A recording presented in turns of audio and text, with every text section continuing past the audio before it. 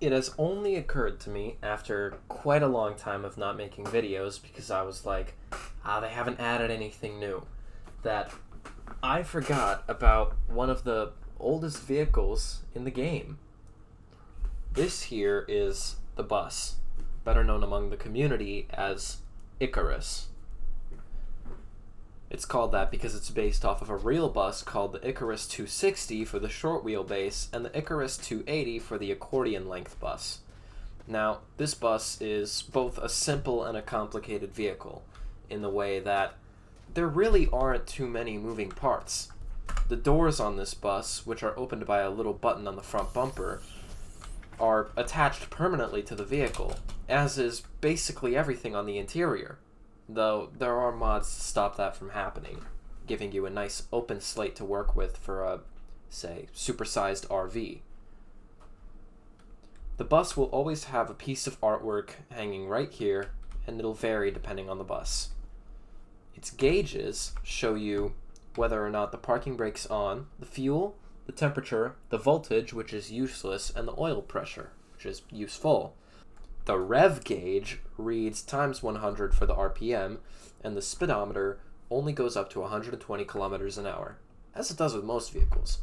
It's equipped with an AM/FM radio, as opposed to just the AM radios seen in some older cars in the game, as well as this light switch, which turns on every light in the bus, giving you a nice bright space to work with. Now,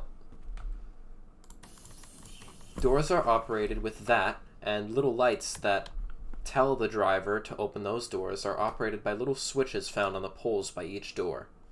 The bus has an automatic transmission, which is more of a slush box if anything, but it does have a powerful diesel engine, which prior to the V8 being added into the game, the diesel engine was a popular swap for most vehicles despite its insane fuel consumption.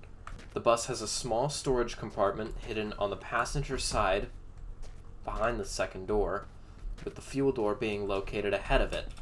There is no hood to the bus. However, if you remove these floor panels right by the second door, you're able to access the fuel tank, the oil tank, and the coolant tank.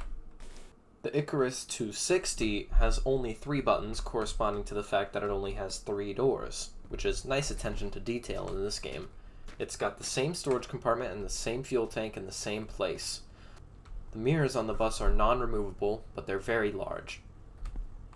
It's a shame because I quite like that rear view mirror and I think it could be used very nicely on my builds. Finally, one of the other features of the bus is this giant panel that you could open up, revealing everything from the floor panels from a different angle. Editor's note, I guess that technically makes it a hood.